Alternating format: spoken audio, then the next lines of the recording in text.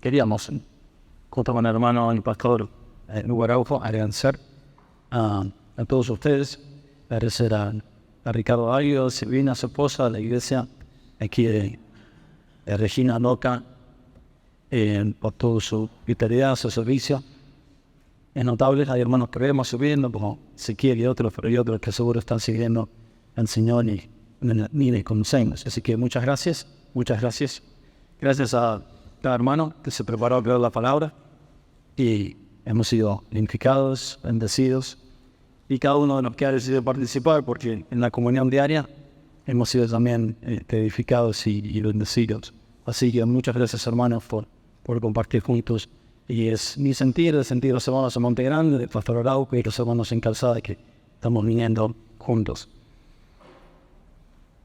Vamos a abrir nuestras Biblias en 2 Corintios. Vamos a estar tratando de dilucidar un poquito el tema que tenemos hoy, en carácter detrás de las buenas obras. No es una pretensión alcanzar a abarcar todo este asunto, pero queremos de alguna manera definir o aprender o identificar el carácter detrás de las buenas obras. Y cuando hablamos de carácter, estamos hablando de aquellas características o condiciones que hacen a una cosa distinta, a una persona, que la distingue. No hablamos de temperamento de la persona, ese carácter fuerte, no ese es el asunto, sino cuáles son las características distintivas de una persona o una cosa que la hacen tal, que la convierten en eso que es. Y por lo tanto también la hacen distinguible de otra cosa, que no es lo mismo. Esto es el carácter de una cosa o el carácter de una persona. Tenemos en las Escrituras este ejemplo bíblico, 2 Corintios capítulo 8 y capítulo 9, es un ejemplo práctico a través del cual vamos a querer justamente alcanzar estas distinciones o reconocer estas distinciones en carácter de las buenas obras. Me gustaría que oremos así. Eterno y soberano Señor, te damos tantas gracias por estar aquí entre tu pueblo, por poder abrir tu palabra. Damos gracias por la asistencia del Espíritu Santo para entender las Escrituras. De todos que en esta mañana, oh Dios, sea tu Espíritu Santo quien nos esté llevando a conocer toda verdad. Y evite, Señor, cualquier intervención humana que pueda empobrecer o oscurecer tu verdad. Padre, bendice a tu pueblo hoy conforme a tu gran benevolencia. En nombre de Cristo Jesús. Amén.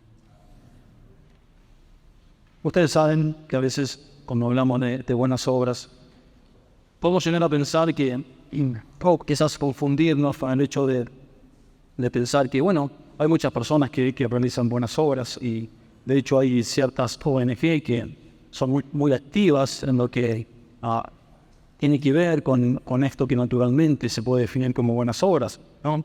El hecho de asistir a pobres o, por ejemplo, frente a una fatalidad, un terremoto, están las ONG, están los bomberos, ¿no? Entonces por ahí podemos llegar a tener una cierta confusión respecto, pero ¿cuáles son las buenas obras verdaderas, aquellas que son de Dios y cuáles aquellas que no lo son? Pero quizás la cosa se complica un poco más cuando esas buenas obras están no en el marco del mundo en general, sino en el marco de la iglesia de Cristo, ¿no? Y de repente tenemos el caso, como mencionaban otros pastores en estos días, de los que van a orar y uno agradablemente delante del Señor y otro no. Pasó con Caín de Abel, pasó con Bernabé, hijo de consolación ahí en Hechos capítulo 4, que ¿se acuerdan de este contexto de la iglesia primitiva? Allí todos tenían todo en común. Entonces fue Bernabé, le dio una propiedad, trajo el dinero en los pies de los apóstoles, ¿no? Y en el capítulo siguiente, el capítulo 5, Ananías y Zafira quieren hacer lo mismo. Y entonces ven que eso es algo que lo volvería popular. Entonces van y venden una propiedad y lo traen todo. Pero evidentemente sí dicen que están trayendo todo.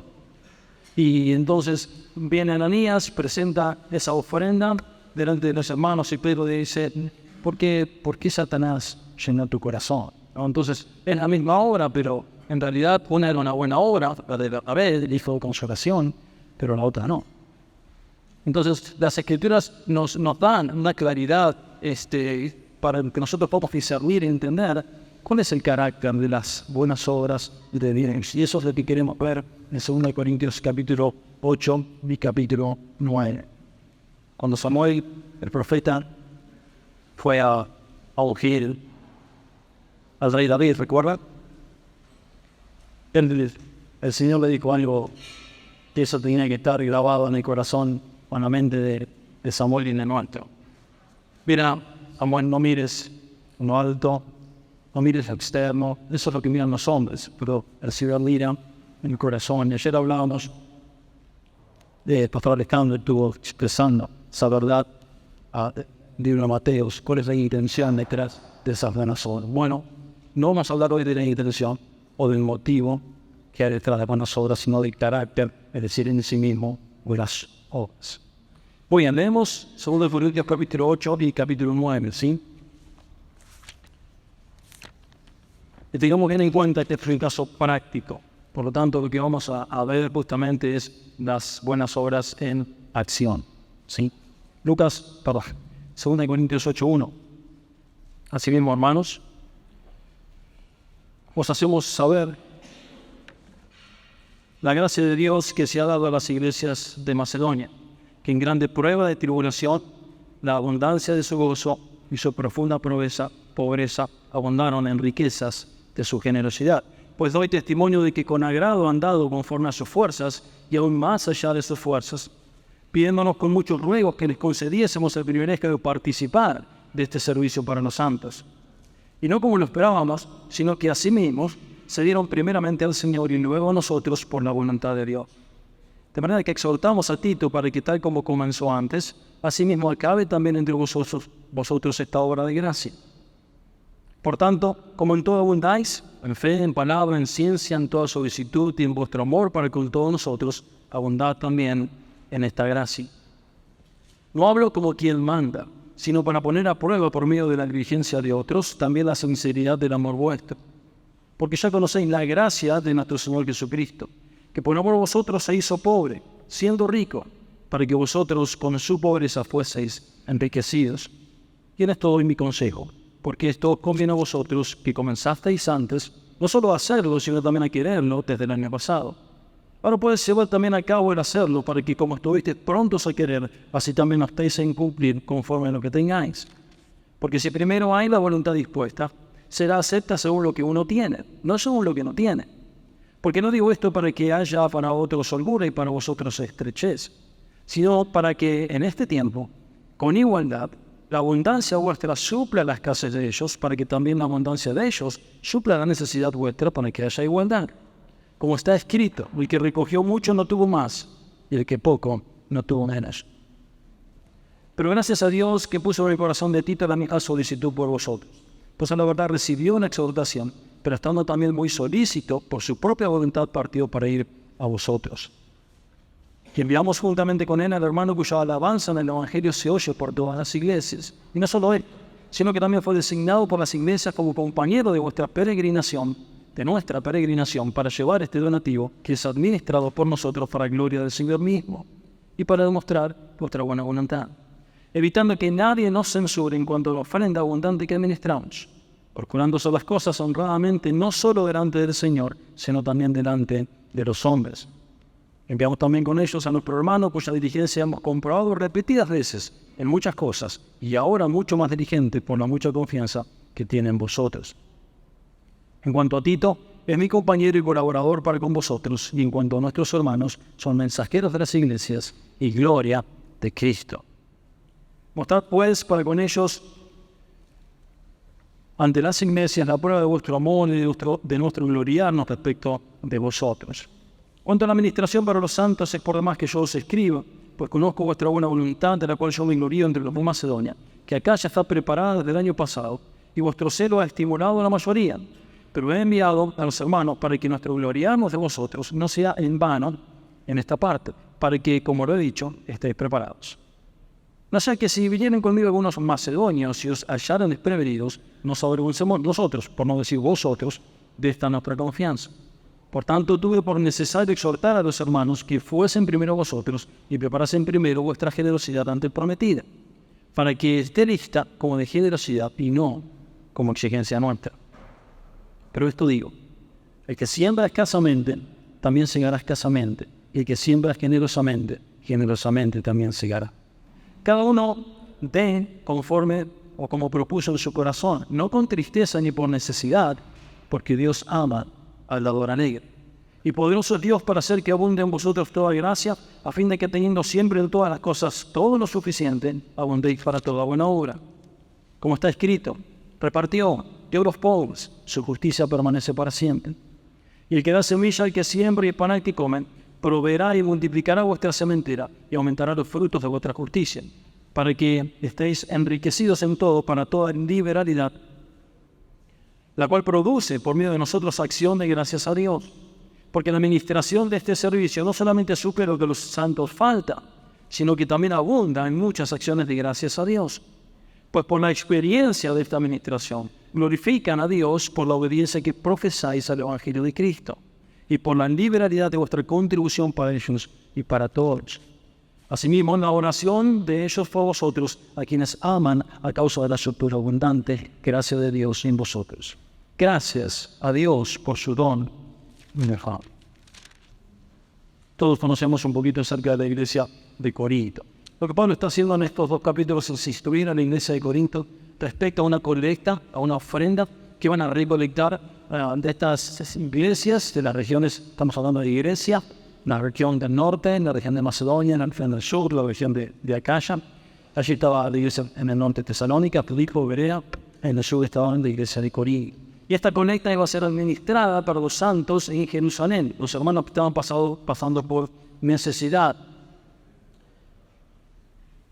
En Hechos capítulo 11 se nos relata, dice, en aquellos días unos profetas descendieron de Jerusalén a Antioquía, levantándose uno de ellos, llamado Ágabo, daba a entender por el Espíritu que vendría de gran hambre en toda la tierra habitada, la cual sucedió en tiempo de Claudio. Entonces los discípulos, cada uno conforme a lo que tenían, determinaron enviar socorro a los hermanos que habitaban en Judea, lo cual en efecto hicieron, enviándolo a los ancianos por mano de Bernabé y de Saulo. De esta colecta estamos hablando, de esta situación histórica en la cual esta gran hambre estaba sucediendo allí en la región de Judea. Pablo mismo en la primera carta a los Corintios, en el capítulo 16, habla en los versículos 4, del 1 al 4, acerca de esto. Y les dice, en cuanto a la ofrenda para los santos, hagan ustedes también de la manera que ordené a las iglesias en Galacia. Cada primer día de la semana, cada uno ponga aparte algo, según haya prosperado, guardándolo para que cuando yo llegue no se recojan entonces ofrendas. Y cuando haya llegado, a quienes hubiera designado por carta, estos enviaré para que lleven vuestro donativo a Jerusalén, y si es propio, dice Pablo, también yo envié.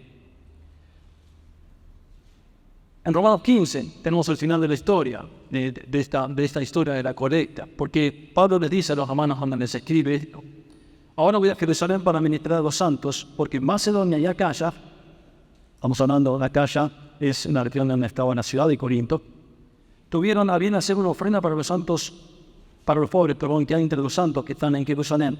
Les pareció bueno, son deudores a ellos, porque si los gentiles han sido hechos participantes de sus bienes espirituales, deben también ellos ministrarles de los materiales.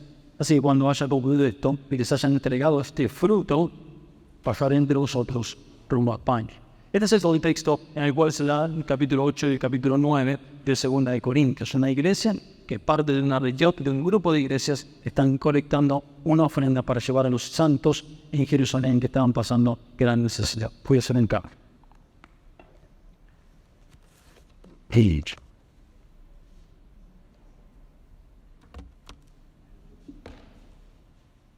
Muy bien. Versículos 1 hasta el 5, del 2 de Corintios 8. A tratar de identificar el carácter de las buenas obras, nos encontramos con que el apóstol Pablo comienza dando el ejemplo de la iglesia de Macedonia. Sin embargo, si bien él va a hablar acerca de la acción que van a llevar adelante en estas iglesias, fíjense ustedes a quién enfoca. 8.1. Asimismo, hermanos, sabemos saber la gracia de Dios que ha sido dada a las iglesias de Macedonia. Lo primero que el apóstol Pablo hace es determinar cuál es el origen de esas buenas obras. Macedonia, una iglesia ejemplar, no era nada sin la gracia de Dios. Y Pablo enfoca y da crédito a Dios por esa buena obra que luego la iglesia de Macedonia va a realizar. Todos sabemos cuál es el concepto de la gracia. Podemos ir a varias palabras en el Antiguo Testamento, en hebreo, en el Nuevo Testamento, en griego, y determinar el concepto de la gracia. Pero básicamente hay que resaltar que la gracia nos habla de un Dios que da. Un Dios que es rico y que en su riqueza bendice y da a sus criaturas. La gracia nos habla de ese don inmerecido, principalmente manifestado en el Señor Jesucristo, principalmente manifestado en la gracia de la salvación, pero que sin lugar a dudas, hoy hay una gracia para toda criatura, y lo sabemos, no es la gracia para salvación, pero es una gracia común que toda criatura recibe de Dios, y cada mañana que el hombre y que la mujer en su pecado, en su miseria, en su rebelión contra Dios se levanta, recibe de Dios su bondad. Es un Dios bueno. Comenzamos en la primera de las predicaciones hablando de que Dios es bueno y bien hecho. Dios es bueno. Esta es una descripción de lo que Dios es en su plenitud. Dios es bueno siempre. Su bondad está resaltada en los salmos una y otra vez, porque Dios es bueno, para siempre su misericordia. Y no solamente Él es bueno, sino que Él es bienhechor. Todo lo que hace, lo hace en bondad. Él hace el bien. Dios es bueno y hace bondad. Dios es un Dios benevolente. Y la iglesia de Macedonia no era más que una iglesia que estaba recibiendo la bondad de Dios en su gracia, y que eso es lo que expresaba a través de sus buenas obras, la gracia a recibir. No vamos a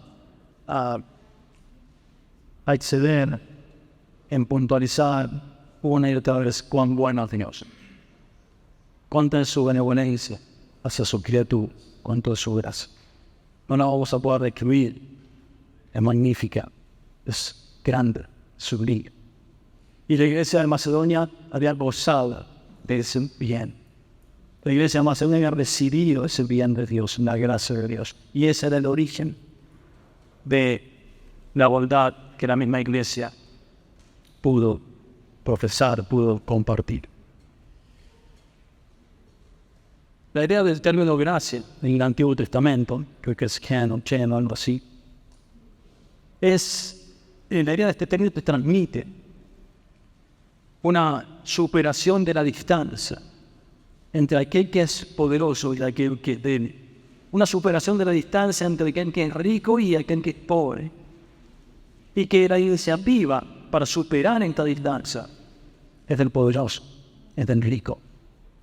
La gracia acentúa esta cuestión de una gracia que fluye del soberano, del omnipotente, hacia la criatura limitable.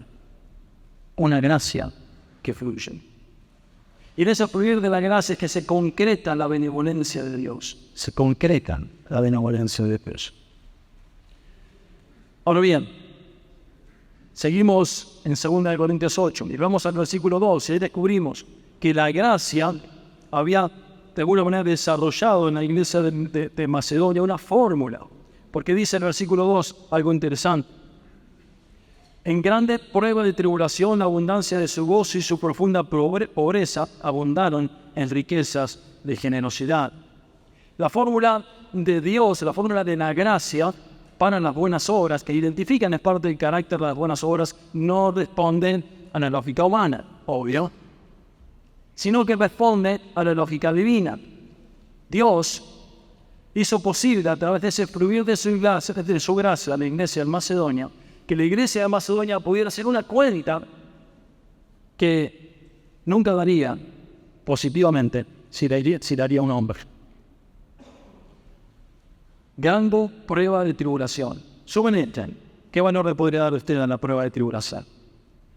¿Positivo o negativo? humanamente digo, ¿no? Negativa. Entonces vamos a hacer como una fórmula, con una suma de términos. Grande prueba de tribulación. ¿Cuánto? Menos 100, menos 200, menos 1000. Menos 500, vamos por 500. Pero después dice que a esto le suman, le va el segundo término, una profunda pobreza. ¿Saben qué significa? La palabra, la expresión de griego significa algo así como indigencia. Ahora hemos escuchado mucho, ¿no? Estos últimos tiempos, aquellos que están bajo el límite de la pobreza, que están en la indigencia porque sus recursos no alcanzan a cubrir ni lo mínimo indispensable para la vida. ¿Sí? Así estaban en la iglesia de Macedonia. Eran indigentes. Estaban en una profunda pobreza. ¿Qué valor le asignamos a este término? Profunda pobreza.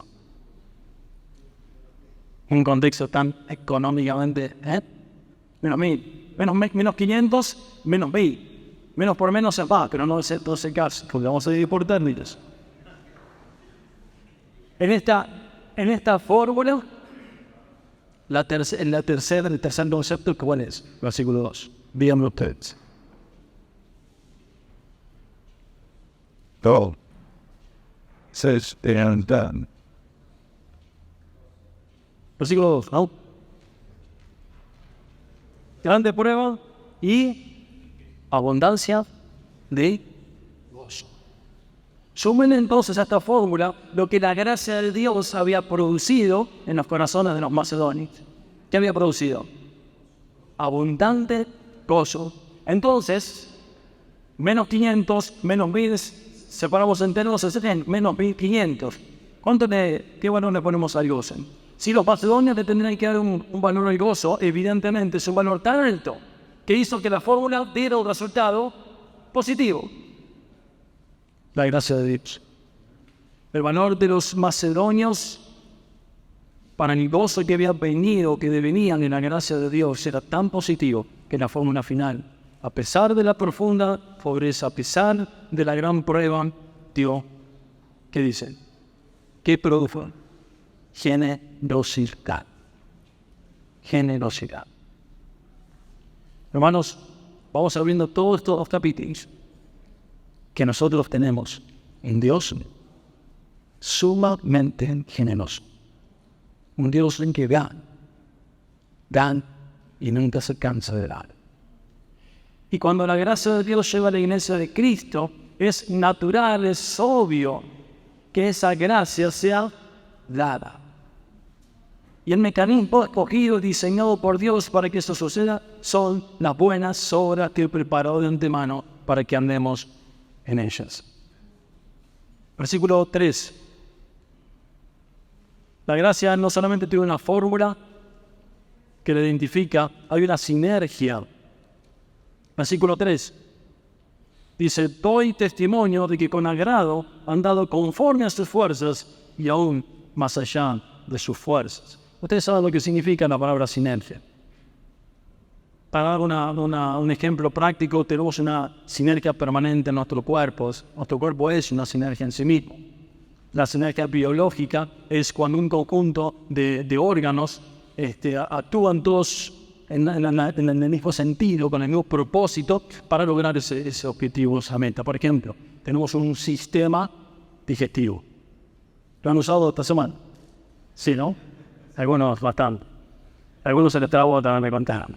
Dicen, un sistema digestivo, varios órganos que están trabajando para que se ingieran los alimentos. Eso es sinergia. Varios órganos trabajando con un mismo propósito. Y la sinergia lo que hace es que potencia a cada uno de ellos. Hace que a través de la acción de esos 3 o 4 o 5 órganos en forma conjunta, se logran objetivos que no podrían lograrse a través de un solo órgano. Su sinergia. La sinergia de la gracia. Miren ustedes. Pablo da testimonio que ellos han dado conforme a sus fuerzas una característica de las ofrendas y del dar de las iglesias, que Dios no pide otra cosa que des lo que Él ya te ha dado, conforme a sus fuerzas.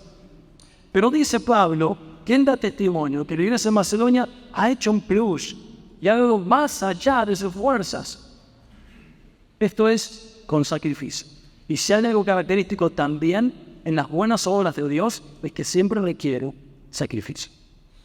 Una característica del carácter de las buenas obras de Dios es que siempre requiere sacrificio. ¿Cuál es la sinergia? La fuerza en la que tengo, el sacrificio. Lo dice Pablo, que todo esto lo han dado ¿con qué? Agrado. Con agrado. No había caras largas. No había, no habría dado demasiado. No había culpa, no había arrepentimiento. Dio con agrado, o con su fuerza, tuvimos a su fuerza. Y esto sigue dando, Pablo sigue mostrándonos cómo la gracia de Dios es abundante.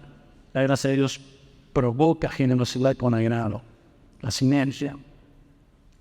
Pablo le escribía a los Efesios, se le decía que no guste más, sino trabaje, haciendo con su mano lo que es bueno, para que tenga que compartir con el que padece necesidad. Esta cuestión de ir al trabajo, no solamente pensando qué día del mes voy a cobrar y qué cuentas voy a pagar, sino la oración del justo que abunda en buenas obras y piensa, Señor, ¿para qué y para quién le proveerás el sueldo de mes? ¿Para qué y para quién? ¿Por qué tengo este tiempo libre, Señor? Voy a usarlo para ver Netflix, varias series. ¿Para qué tengo tiempo? ¿Por qué, Señor, me has dado abundancia de consolación? ¿No es para que en esa gracia yo ministre a otro? Pablo, una de las iglesias a la que Pablo describió acerca de problemas con el trabajo fue a los hermanos en Tesalónica, que justamente eran de las regiones de Macedonia. Tanto en la primera carta, en la Tesalonicenses, como en la segunda, tiene que corregir a aquellos que parece no les gustaba mucho trabajar y que habían tomado una buena excusa bastante santa como para no hacerlo. Y entonces Pablo dice, no, eso es un desorden. No imiten a ellos, no, imítanos a nosotros. Nosotros no comimos no comimos de balde el pan de nadie. Trabajamos con afán, con fatiga, día y noche, porque no queríamos salir gravosos a ninguno. Pedíamos el derecho, pero no lo hicimos. Y esto desordenamos, el que no quiere trabajar tampoco coma. Y esto lo digo, dice Pablo, porque escuchó que hay algunos entre ustedes que andan desordenadamente, no trabajando en nada, sino entremetiéndose en lo ajeno. A ellos les mandamos y exhortamos por nuestro Señor Jesucristo, que trabajando sosegadamente coman su propio pan. Y termina diciendo, ustedes, hermanos, no se cansen de hacer el bien. En relación a esta cuestión del esfuerzo, del trabajo, del sacrificio, no porque quiero cambiar el auto, no porque quiero arreglar algo que es para mí, sino porque quiero dar, porque quiero ser generoso, porque quiero compartir la gracia de Dios que he recibido en abundancia, no escasamente, sino en abundancia. Y poderoso es Dios para hacer que abunde en nosotros toda gracia, a fin de que teniendo siempre, en todas las cosas, todo lo suficiente, abundéis para toda buena obra. 9:8 de 2 Corintios. Versículo 4. Hablamos de la fórmula de la gracia, de la sinergia de la gracia, hablamos del privilegio de la gracia. Versículo 4, Pablo testifica a los macedonios y dice, pidiéndonos por muchos ruegos, que les concediésemos el privilegio de participar en este servicio para los santos. ¿Cuál es el privilegio de la gracia? Según este versículo. Sí, ¿quién lo dijo? Lo escuché. Servir a los santos. Servir a los santos. Gálatas 6, 9 y 10, ¿qué dicen? No nos cansemos de hacer el bien, pues su tiempo se arenas si no desmayamos. Versículo 10. Hagamos bien a todos, más o menos a lo de la familia en la fe. Es absolutamente natural. Mi corazón no lo divino. Salir de la iglesia el domingo, volver en el auto y venir hablando de un hermano o una hermana con algún tipo de crítica. Es normal. No es espiritual, no es sabio, no es edificante, pero naturalmente sucede. Volvemos hablando mal del hermano, vamos a hablar mal de la hermana. Imagínense ustedes si ese hermano o esa hermana sobre el cual yo no he construido un amor genuino, un amor verdadero de Cristo, que yo no he construido mi comunión en el Espíritu con ese hermano, que yo no me he acercado ante la presencia de Dios en una actitud de unidad espiritual con ese hermano, ¿con qué grado voy a darle? ¿Con qué grado voy a hacer una buena obra a su favor? Construimos paredes, construimos barreras, están en nuestro corazón, están en nuestra mente. Y después, obviamente, es un terrible sacrificio ayudar a un hermano en Cristo. Pero Pablo dice, la iglesia de Macedonia era diferente.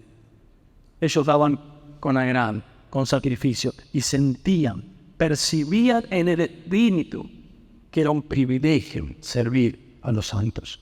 Hermanos, no piense el santo como el misionero que se fue a África o el pastor de esa gran iglesia. Piense en el santo que tiene al lado, en la santa que tiene al lado, que es su hermano, que es su hermana, que es su iglesia local. Y esa es la pregunta que nosotros tenemos que hacer. ¿Qué buena obra hizo en la última semana, el último mes, el último año por los santos? ¿Cuánto ha sentido y experimentado el privilegio de servir a un hermano o una hermana de su congregación? Buenas obras que Dios preparó de antemano para que andemos en ellas. Es muy fácil hablar de los que están lejos, pero ¿qué pasa con los que están a mi lado? Palabra fiel es esta, y estas cosas quiero que insistas con firmeza, le decía Pablo a Tito, para que los que creen en Dios procuren ocuparse de buenas obras. Estas cosas son buenas y útiles a los hombres. Y Pablo le insiste a Tito y le dice que aprendan también los nuestros a ocuparse en buenas obras, para los casos de necesidad, para que no sean sin fruto. Querido pastor, esto tenemos que enseñar a nuestras iglesias, que los nuestros sean dadivosos, que los nuestros sean generosos, que los nuestros hagan buenas obras influenciados por esa abundante gracia de Dios. Que los nuestros. Pablo estaba preocupado que los nuestros hagan buenas obras. Versículo 5. Las prioridades de la gracia o el orden de la gracia. ¿Qué dice? Alguien que lo quiera leer en voz alta, versículo 5. ¿Quién anda por ahí? ¿Quién quiere leer el versículo 5 en voz alta? Cualquiera. Sí, adelante. Y no como lo esperaban, sino que así mismo se dieron primeramente al Señor y luego a nosotros por la voluntad de Dios. Entonces, el orden, la prioridad de la gracia. Ahí no está hablando del orden en cuanto a tiempo. Bueno, primero hicieron esto y después hicieron esto. En las 11 hicieron esto, en las 12 hicieron aquello. No. Lo que está diciendo es un orden de prioridades. Y esta prioridad de la gracia, ¿de dónde viene? ¿Por qué los macedonios sabían que esta era la prioridad de la gracia? ¿Por qué descubrieron que el carácter de las buenas obras tenía esta prioridad? ¿De dónde viene? A ver si se acuerdan, lo hemos visto en estos días. Muy bien. Amarás al Señor tu Dios con todo tu corazón, tu mente y tus fuerzas, a tu prójimo como a ti mismo. Lo hemos visto. Es un fluir natural. Amo al Señor, amo a mi prójimo.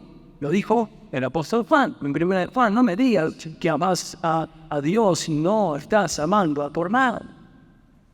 No me digas que tu comunión con Dios es perfecta y bárbara y ves a tu hermano padecer de necesidad y no le acercas lo que necesita. No existe eso. Amarás al Señor tu Dios y a tu prójimo como a ti mismo. Y esa es la prioridad en la gracia. Luego en el versículo 6 hay una exhortación para que Tito avance en lo que se había propuesto. Pero en los versículos 7 y 8 hay una exhortación a la iglesia de Corinto.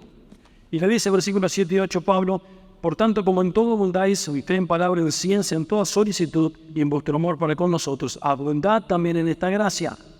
La palabra gracia vamos a ver el versículo 1, el versículo 7, el versículo 8 y el versículo 9. En esta primera porción que llega hasta el versículo 9, la gracia es la protagonista.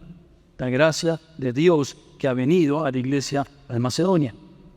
Y dice, abunden en esta gracia. No hablo como quien manda, sino para poner a prueba por medio de la diligencia de otros, también la sinceridad del amor nuestro. Diligencia y amor son características del carácter de la gracia. Características que Pablo resalta que la iglesia de Corinto debía manifestar. Ahora, a partir del versículo 9, o en el versículo 9, Pablo nos va a dar el ejemplo de Cristo. Y aquí es como que el capítulo 8 llega a su punto más alto. Dice, porque ya conocéis la gracia de nuestro Señor Jesucristo, que por amor a vosotros se hizo pobre, siendo rico, sí, para que vosotros con su pobreza fueseis enriquecidos. Es el versículo con el que cierra esta primera etapa, donde la gracia es la protagonista, la gracia de Dios, pero que va a dar lugar a la siguiente etapa de este capítulo, que tiene que ver con la parte más práctica del consejo del apóstol Pablo. El Señor Jesucristo, por la gracia de Dios, por amor a nosotros, se hizo pobre, siendo rico, para que vosotros, en su pobreza, fueseis enriquecidos. El apóstol Pablo ya ha enseñado acerca de esta verdad en 2 Corintios. 2 Corintios 5, 21 dijo, al que no conoció pecado, ¿verdad? Por nosotros lo hizo pecado. ¿Para qué?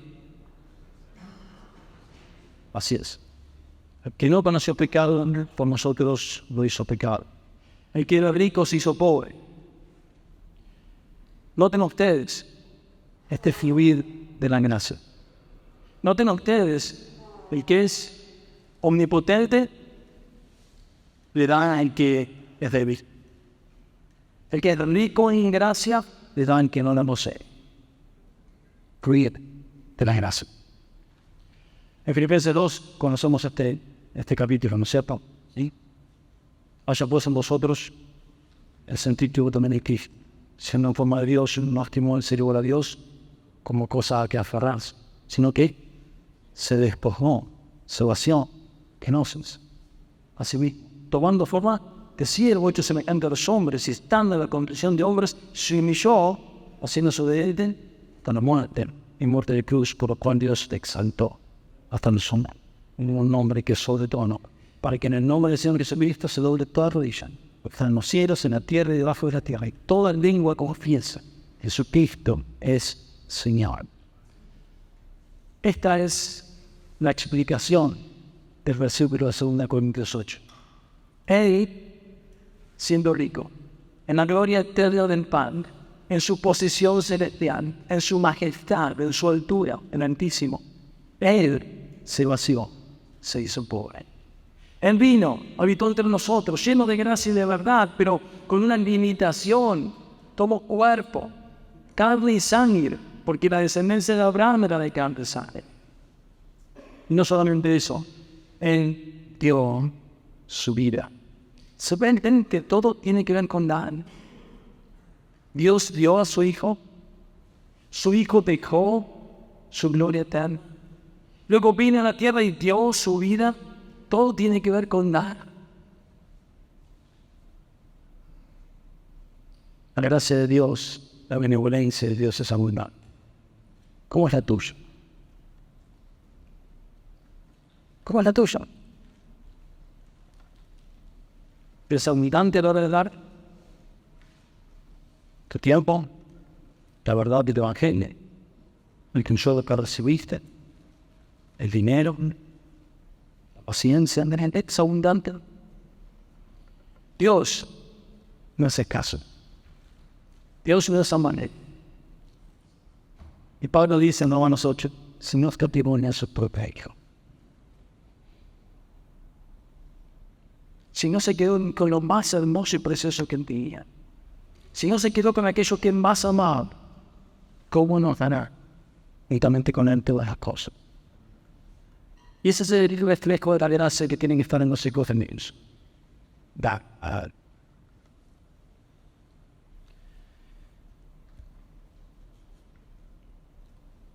Nosotros fuimos enriquecidos por su gracia, por su pobreza, perdón, paz, gozo, justicia, vida eterna, y una posición en Cristo. Y si vamos a Efesios capítulo 1 y capítulo 2, es abrumadora. Abrumadora las riquezas en gloria en Cristo Jesús. Por eso,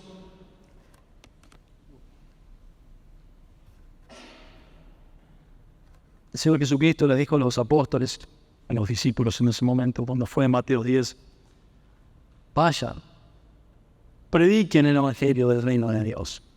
sanen enfermos, limpian leprosos, resuciten muertos, echen fuera demonios. De gracia recibisteis, dad gracia. No hay escasez en mis manos, dijo Cristo. No hay limitaciones de poder. No hay nada que contenga la buena voluntad de Dios anunciada por los ángeles cuando nací. De gracia recibisteis, dad gracia. Hermano, cuando yo veía Isaías 58, hablando acerca de la hipocresía de aquellos que practicaban un ayuno que Dios no quería, pero los versículos siguientes dicen: ¿no es más bien el ayuno que yo escogí, dice el Señor, desatar las ligaduras de impiedad, soltar las cargas de opresión, dejar ir libres a los quebrantados y que rompáis todo yugo? ¿No es que partas tu pan con el hambriento y a los pobres errantes albergues en tu casa, que cuando veas al desnudo lo cubras y no te escondas de tu hermano? Entonces nacerá tu luz como el alba y tu salvación se dejará ver pronto. E irá tu justicia delante de ti y la gloria del Señor será tu retaguardia. Entonces invocarás y te oirá Jehová, clamarás y dirá: heme aquí, si quitares en medio de ti el yugo, el dedo amenazador y el hablar vanidad, si dieres tu pan al hambriento y saciares al alma afligida. En las tinieblas nacerá tu luz y tu oscuridad será como el mediodía.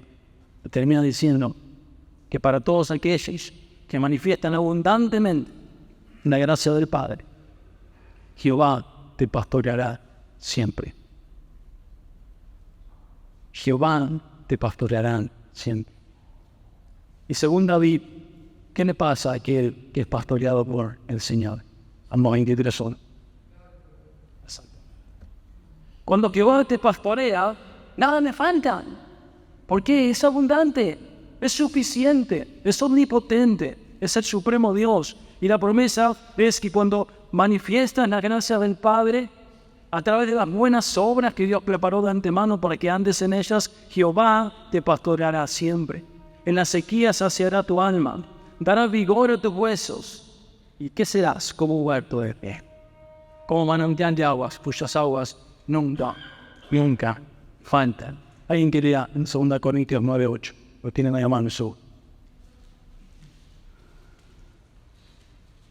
Poderoso Dios,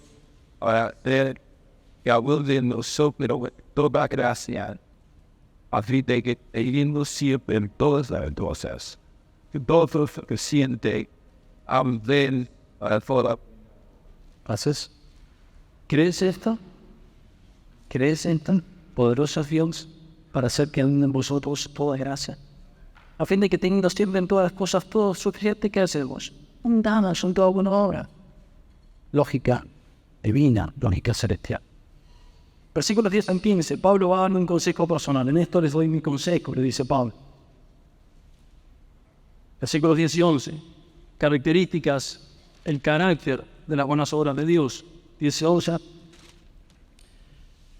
en esto doy mi consejo, porque esto os conviene a vosotros que comenzasteis antes, no solo a hacerlo, sino también a quererlo desde el año pasado. Ahora pues, llevad a cabo también el hacerlo, para que como estuvieseis pronto a querer, así también lo estéis a cumplir, conforme a lo que tengáis.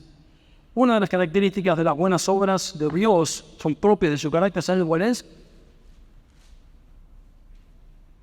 Es muy obvio. Las buenas obras de Dios se hacen.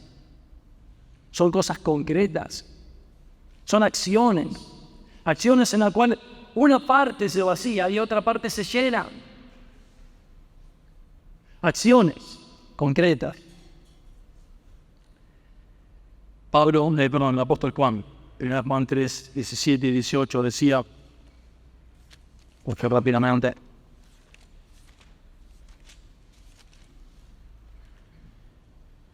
el que tiene bienes de este mundo y ve a su hermano tener necesidad y cierra contra él su corazón, ¿cómo mora el amor de Dios en él? Hijitos míos, no amemos de palabra ni de lengua, sino de hecho y en verdad. Hermano, qué bendición venir a este lugar, en el Roca, y aprender acerca de las buenas obras. Qué bendiciones, cómo Dios ha ido construyendo su verdad a lo largo de estos 2 días, por los distintos predicadores que nos han dado un enfoque enriquecedor acerca de las buenas obras. Pero es conceptual. Lo necesitamos, sí, porque es la teología que sostiene nuestras buenas obras. Es necesario. Pero ahora hay que salir a la cancha, como se dice. Y hay que hacer, porque la gracia de Dios no existe para el mundo si el pueblo de Dios no hace. En esto conocerán todos que sois mis discípulos si tuvierais amor los unos por los otros. Y el amor, obviamente, es un amor práctico. No hablamos de palabras ni de lengua. No seamos conceptuales en cuanto a las buenas obras, sino de hechos en verdad. Versículo 12 dice que las ofrendas y las buenas obras tienen la característica de ser voluntarias. ¿Alguien que quiere leer este versículo 12? Si alguien tiene un vasito de agua, pues cerquita me encanta. ¿Alguien quiere leer, por favor, 8:12? Porque si hay buena voluntad, se acepta según lo que se tiene, no según lo que no se tiene. Amén. Varias veces vamos a repetir este concepto. Las ofrendas son voluntarias. Cada uno puede tener su teología en cuanto al diezmo, en cuanto a las ofrendas. Pero si hay algo que destaca las ofrendas en el Antiguo y Nuevo Testamento, es la voluntariedad del que da. Y así, cuando se hizo el tabernáculo, cuando se hizo el templo, tenemos ejemplos extremos de la voluntad, pero tenemos muchos otros casos. Pero más allá de eso, y lo vamos a hacer ahí, podemos pasar a lo siguiente, versículos 13 al 15. Y esta parte es una parte central en el sermón de hoy. Una parte está en la gracia, la otra parte está en esto. Muchas gracias. ¿Quién quiere leer, por favor, versículos del 13 al 15? Porque no digo esto para que haya otros holgura. Yes. Porque no digo esto para que haya para otros holgura y para otros estrechez, sino para que en este tiempo, por igualdad, abundancia vuestra supla la escasez de ellos, para que también la abundancia de ellos supla la necesidad vuestra, para que haya igualdad, como está escrito, el que recogió mucho no tuvo más, y el que poco no tuvo menos. Excelente, gracias. Aquí la palabra clave de estos 3 versículos es la palabra igualdad.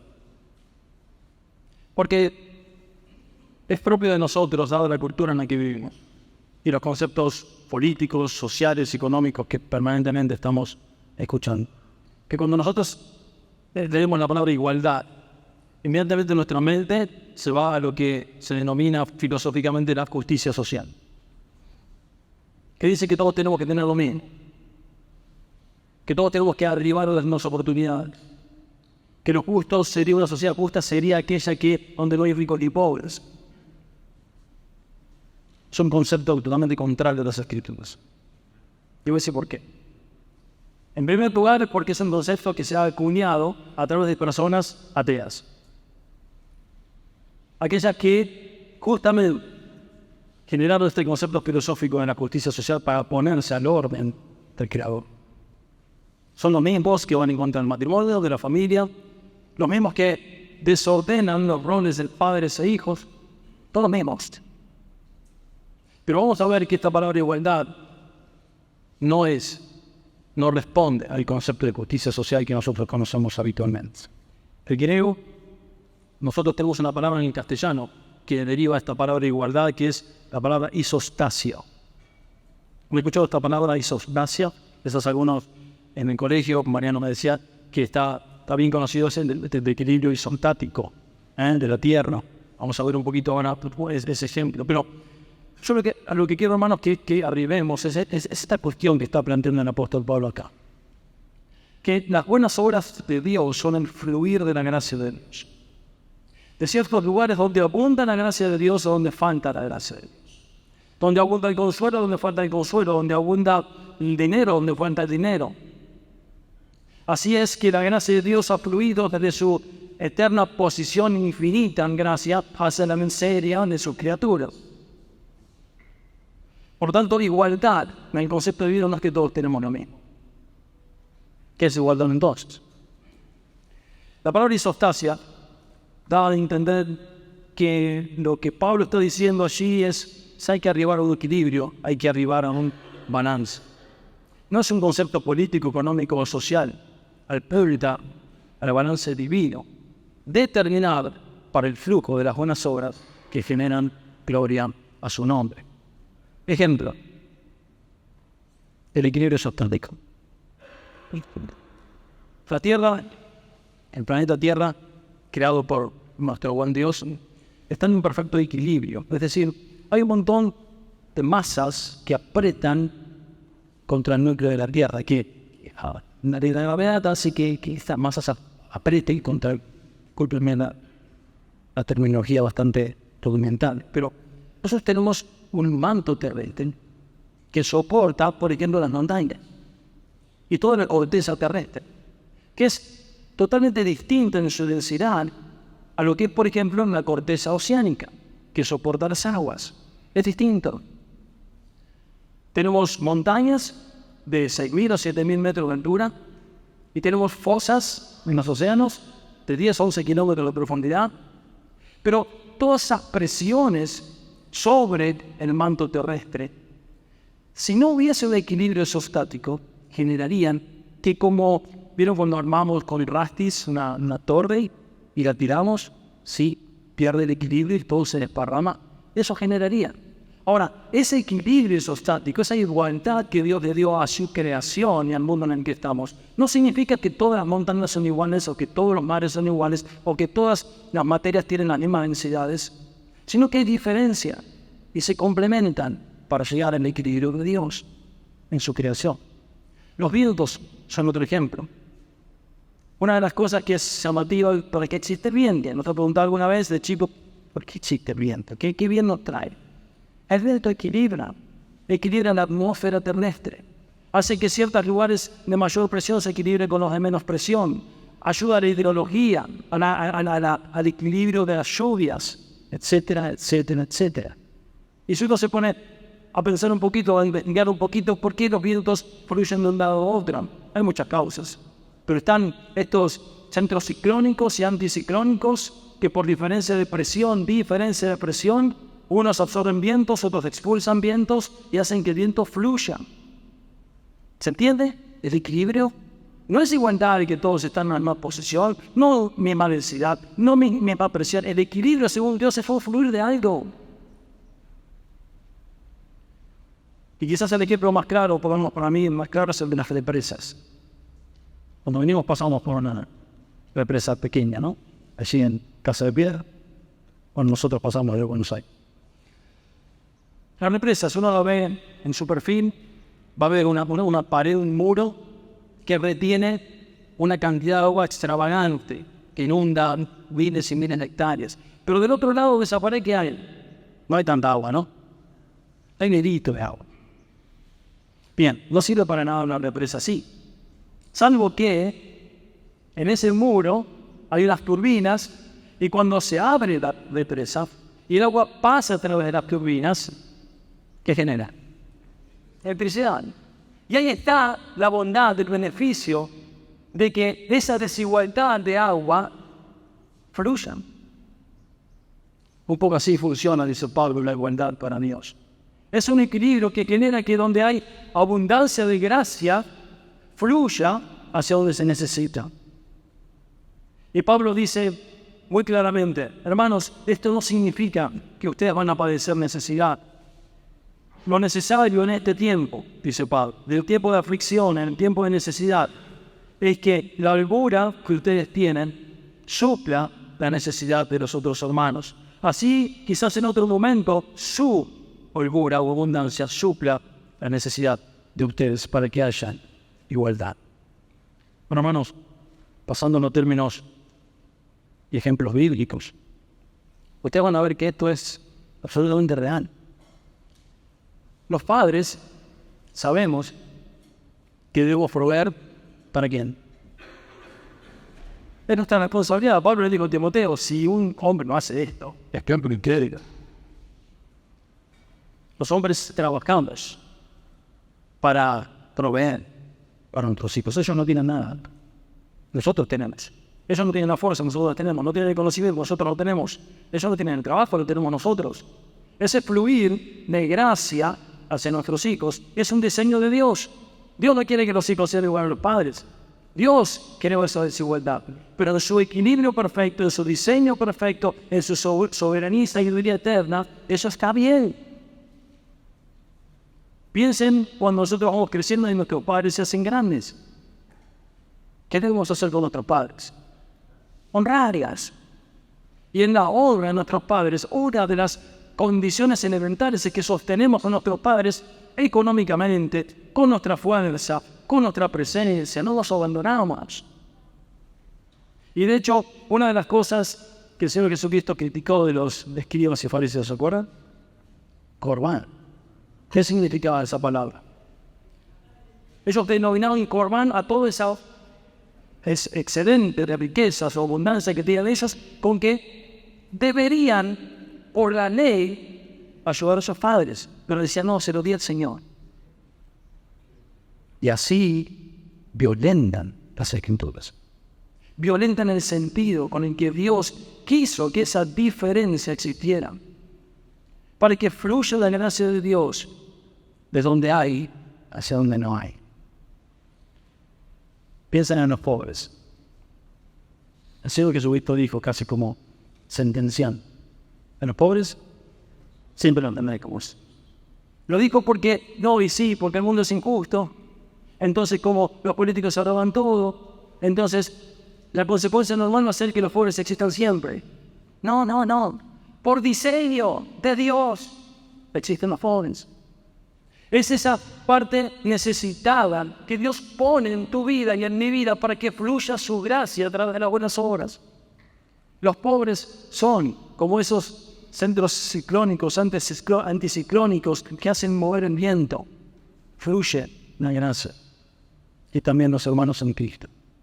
Y esto es lo que le estaba pasando a los corintios. Pablo le dice, esa iglesia que está allí en Jerusalén, o las iglesias de Corinto, los santos, están en una situación de necesidad. Una casualidad. Dios lo diseñó. Porque ahora que ustedes tienen abundancia, fluya la gracia de ustedes dan. Asimismo, va a suceder que después, en otro momento, Dios va a provocar que ustedes tengan necesidad y ellos abundancia. Y va a ser al revés. ¿Por qué? Porque Dios se glorifica a través de las buenas obras.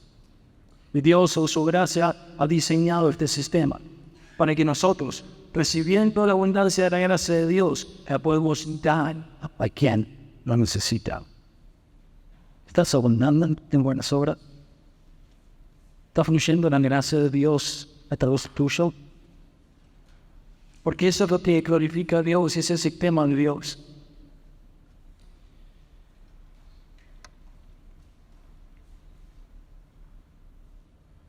Los versículos 16 al 23 no los vamos a tocar, pero hablan acerca de 3 hermanos, Tito y 2 hermanos más que no conocemos sus nombres, pero que son fieles y honradamente, de una honrosa ante Dios y los hombres administrarán el donativo para la gloria de Dios y el bien de los hermanos en Jerusalén. Vamos al capítulo 9 porque el tiempo se nos acaba. Y en el capítulo 9 nos encontramos en los primeros 5 versículos con esto. Dice así la palabra del Señor. Cuanto a la administración para los santos, es por demás que yo os escriba. Conozco vuestra buena voluntad, de la cual yo me glorío entre los de Macedonia, que acá ya está preparada desde el año pasado y vuestro celo ha estimulado a la mayoría. Pero he enviado 2 hermanas para que nuestro gobierno de vosotros no sea vano en esta parte, para que, como lo he dicho, estéis preparados. No sé que si vienen conmigo algunos macedonios os hallaren desprevenidos, noten esa antónimo, preparado, desprevenido. Nos avergoncemos nosotros, por no decir vosotros, de esta nuestra confianza. Por tanto, tuve por necesario exhortar a los hermanos que fuesen primero vosotros y preparasen primero vuestra generosidad antes prometida, para que esté lista como de generosidad, no como de exigencia nuestra. Vamos a ver principios que caracterizan o que son parte del carácter de las buenas obras.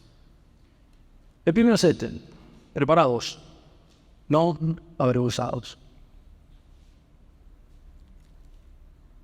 Pablo le dice a la iglesia en Corinto que para que las buenas obras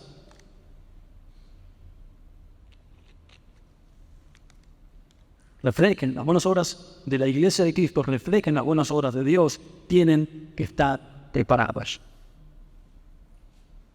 No puede ser que el Hijo de Dios y la hija de Dios en la casa de Dios no estén pensando en buenas obras.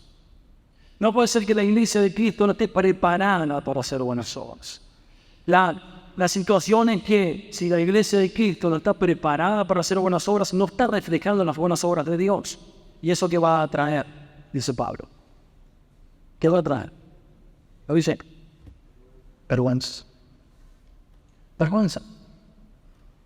La vergüenza de haber fallado, de no haber imitado a Dios en el momento oportuno. No estaba preparado para cuando se presentó esa necesidad, que no se presentó por casualidad, sino porque Dios lo diseñó de esa manera. No estaba preparado. Vergüenza. Versículo 6 al 11.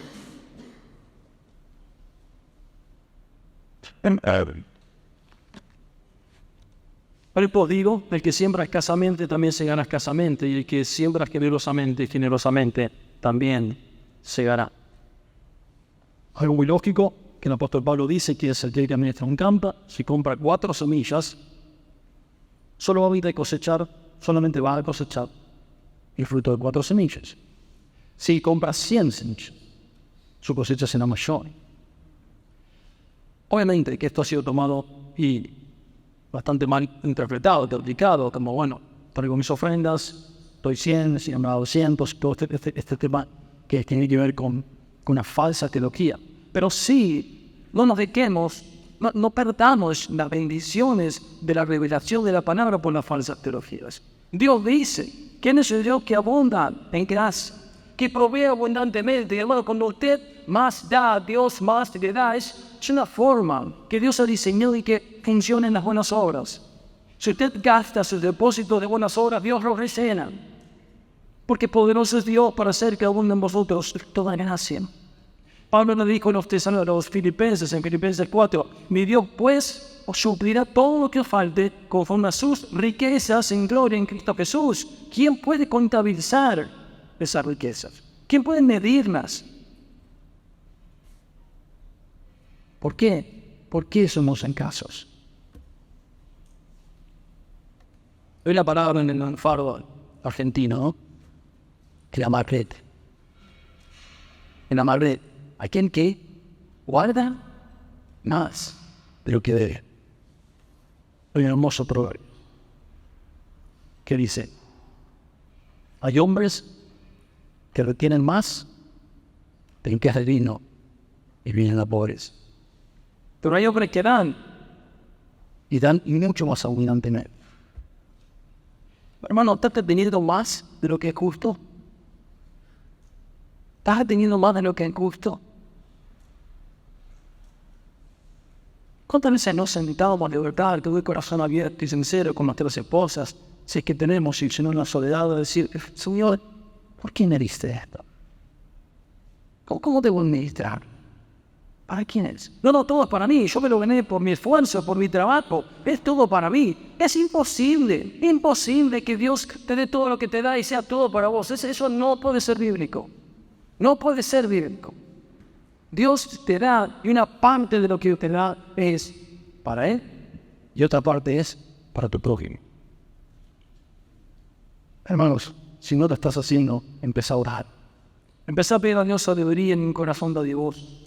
No importa si tu condición es de una prueba extraordinaria y profunda pones, porque la gracia de Dios puede llenarte de gozo suficiente para que des abundantemente.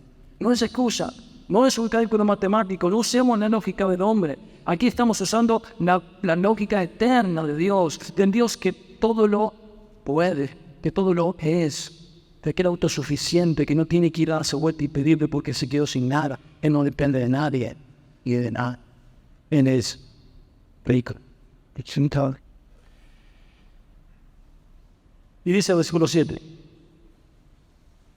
Cada uno ve como propuso en su corazón, no con tristeza, no por necesidad, porque Dios ama al dador de Él. Dios ama al dador de Él. Jesucristo miraba hoy en el templo, y miraba en el arca de las ofrendas. Y en su corazón amó a una viuda. Y vio lo que él quería ver. Un corazón de él, dándolo todo. Como hacían los macedonios, como fueron sus fuerzas, más allá de sus fuerzas. Porque él descendió todo su sustento. ¿Saben qué significa?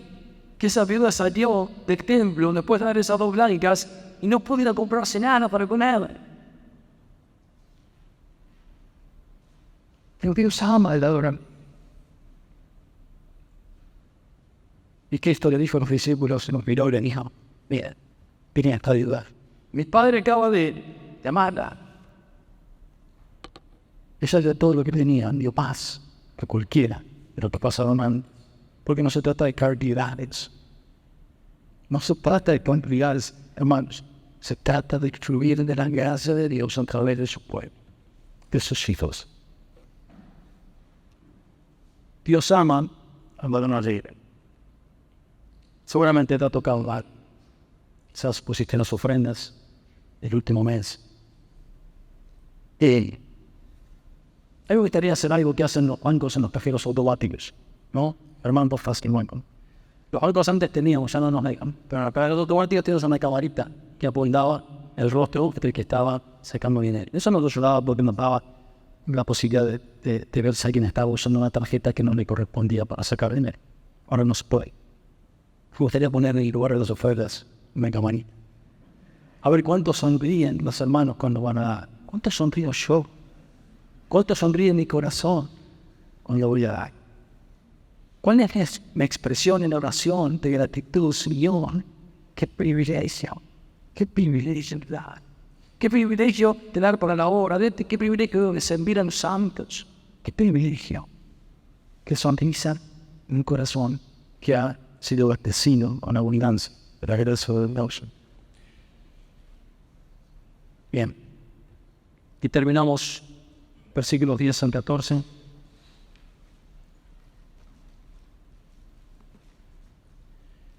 Versículo 10, que da semilla al que siembra y pan al que come, proveerá y multiplicará vuestra sementera, aumentará los frutos de vuestra justicia, para que estéis enriquecidos en todo, para toda liberalidad, la cual produce por medio de nosotros acción de gracias a Dios.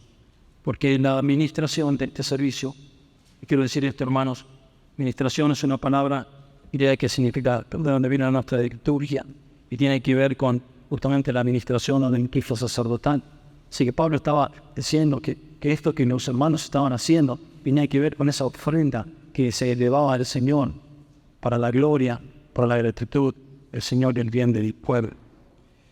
La administración de este servicio no solamente suple lo que los santos falta, sino que también abundan muchas acciones de gracias a Dios.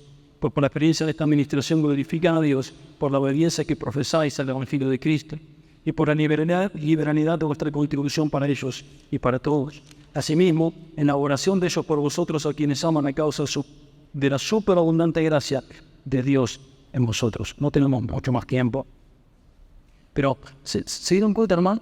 Mientras leíamos, cuando usted recibe la abundancia de la gracia de Dios y no trabaja como una represa que retiene esa gracia para sí mismo, sino que la da, esa gracia produce. Es como una represa, otra vez. Una represa, mientras la desigualdad del agua en un lado o en el otro que permanece estable, simplemente no hace nada, no trae beneficios, pero alguien aprieta el botón o gira una llave y comienza a fluir el agua y empieza a generar esa electricidad. Bueno, aquí dice que esa gracia de Dios que fluye a la iglesia de Cristo, esa gracia de Dios que de la iglesia de Cristo fluye a otros en buenas obras, produce. ¿Qué produce? Yo creo que ni nos imaginamos todo lo que produce. Ni nos imaginamos la magnitud de lo que produce una buena obra hecha en la gracia de Dios. Miren. Frutos de justicia. Si ustedes van al Salmo 111 y 112, de donde Pablo está tomando este versículo, van a ver que el Salmo 112 habla de Dios y de su justicia eterna y de sus obras maravillosas. Y está este versículo tan lindo que dice, buscadas son de todos los que las quieren. Pero en el 112 habla de las obras del hombre. Cómo esas obras de Dios pueden ser hechas por hombres, y lo que dice el Salmo 112, que la misma justicia eterna de Dios está prometida para aquellos que hacen las obras de Dios, justicia eterna. Frutos de justicia. Liberalidad. La liberalidad es un suelto de manos, un suelto de bolsillo, un suelto de tiempo, un suelto de alguien que da con abundancia, libremente. Dice, suple lo que a los santos falta. Una verdad concreta, práctica, es que Él suministra de manera verdadera y a plenitud lo que a los santos falta. Porque no solamente es no solamente suple un aspecto económico o un aspecto de soledad o de consuelo o de verdad que necesita la hermana, sino que lo hace a un nivel divino, supremo. Produce acciones de gracias a Dios. ¿Se han dado cuenta, hermanos, cuántas veces en las Escrituras Dios desea y muestra su deseo de que los hombres sean agradecidos? ¿Se han dado cuenta de eso? ¿Cuántas veces le dice al puro Israel, por Dios, no me olvides? No me olvides. Sean agradecidos, no te olvides. Dios, ¿sufre de eso? Bueno, Dios no le falta nada, pero Él ha querido glorificarse a sí mismo a través de las buenas obras de la iglesia, del pueblo de Dios. La gracia de Dios. Miren, ahora dice, cuando ellos reciben la administración de esta ofrenda, empiezan a escribir como en ese vapor que sube de un agua hirviendo, que empiezan a subir acciones de gracias a Dios. Y Dios es esto lo que quiere. Podríamos ir al Antiguo Testamento y encontrar esta imagen en las ofrendas del pueblo de Dios, como el Lord Get Up subía hacia el cielo. Versículo 8 y 9, el poder de Dios, abundancia de gracia y justicia eterna. Versículos 12, lo que suple. Versículos 12b, acciones de gracia. Versículo 13, glorifican a Dios. La gloria de Dios, obvio, sí, las buenas obras están hechas por Dios para su gloria. Y Él ha generado este diseño para que las buenas obras del pueblo de Dios le traigan gloria. Pero, ¿vieron por qué glorifican a Dios? Lo lean ahí en versículo 13. ¿Por qué glorifican a Dios? ¿Por la obediencia a qué? Al evangelio. Ustedes profesan un evangelio, dice Pablo a los Corintios. Cuando ustedes hacen buenas obras, aquellos que son receptores de las buenas obras glorifican a Dios porque ven que la iglesia de Cristo está obedeciendo al evangelio que profesa. ¿Cómo vamos a saber? Pues decía el hermano, ¿no? El otro día, hablando de Santiago, ¿cómo vamos a saber que tu fe es verdadera si no vemos tus obras? Obvio, es obvio. Pero lo que queremos destacar, hermanos, es que este sistema de Dios produce obediencia al evangelio de Cristo. Y a través de eso hay cosas que nosotros no vemos, no nos podemos dar cuenta, pero cuando obedecemos se producen. Y eso es lo que exalta, glorifica a Dios. Ustedes han visto, Job, él hablaba acerca de lugares desérticos donde hay animales, donde hay bellezas naturales, y ningún ojo de los ojos de hombre lo ve. Pero Dios se alegra en eso, se goza en que sube de su creación. Y esto es así, tú no lo ves, vos no lo ves, no lo percibís, pero Dios es glorificado y acciones de gracias suben, fluyen hacia su trono. Bueno, versículo 13, se dice que liberalidad produce más liberalidad, abundancia produce más abundancia, generosidad produce más generosidad. 14, es impresionante, pero la iglesia de Corinto y la iglesia de Jerusalén no eran muy amigas. Había tensiones. Ya los judíos, ese tiempo que venían dudando y lo han manifestado de la salvación de los gentiles. Y los gentiles dudaban porque los judíos se seguían creyendo más importantes. Pero Pablo les dice, es importante que ustedes ministren en esta oportunidad la necesidad de los santos en Jerusalén, porque eso trae unidad verdadera en la iglesia de Cristo. Unidad auténtica en la iglesia de Cristo. Ellos empiezan a ver su amor por ellos, empiezan a ver su obediencia al evangelio, empiezan a orar por ustedes, que es una característica de la unidad auténtica en la iglesia de Cristo. Cuando los hermanos oran por sus hermanos, las hermanas oran por sus hermanas. Y el amor, que es el fundamento perfecto en la iglesia de Cristo. ¿Cuántas cosas? La comunión, el amor fraternal, y termina diciendo Pablo, una superabundante gracia de Dios. Cuanto más damos, más Dios derrama. Cuanto más liberalidad tenemos, más liberalidad proponemos. Cuanto más generosidad contagiamos. Y termina Pablo con una expresión en el versículo 15. Gracias a Dios por su don inefable. Este es un eterno recordatorio, hermanos. Un eterno recordatorio. Porque don inefable, como inefable, inescritable, indescriptible, sin una duda Pablo tiene en mente lo que viene diciendo, que es Cristo, como don inefable de la gracia de Dios. Es un recordatorio eterno de que en cada pasaje de la Escritura, en que hayas descrita la majestad de Dios, encontrarás cerca su condescendencia. Así está escrito en la ley de Moisés. En Deuteronomio 10 dice: Jehová vuestro Dios es Dios de dioses y Señor de señores, Dios grande, poderoso e intemible. No hace acepción de personas ni toma cohecho, que hace justicia al huérfano y a la viuda, que ama también al extranjero, dándole pan y vestido. Sí, Dios es el Dios de dioses, el Señor de señores, es el supremo. Pero inmediatamente está su condescendencia. Él atiende, Él da el pan a quien no tiene. Él es esposo de la viuda, padre del huérfano.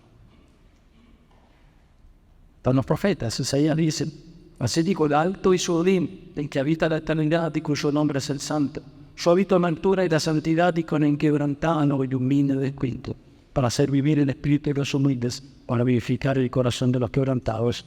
Porque no contenderé para siempre, ni para siempre me mofaré, pues decaería ante mí el espíritu y las almas que yo he creado. El alto y sublime y su condescendencia. Y terminó con este salmo.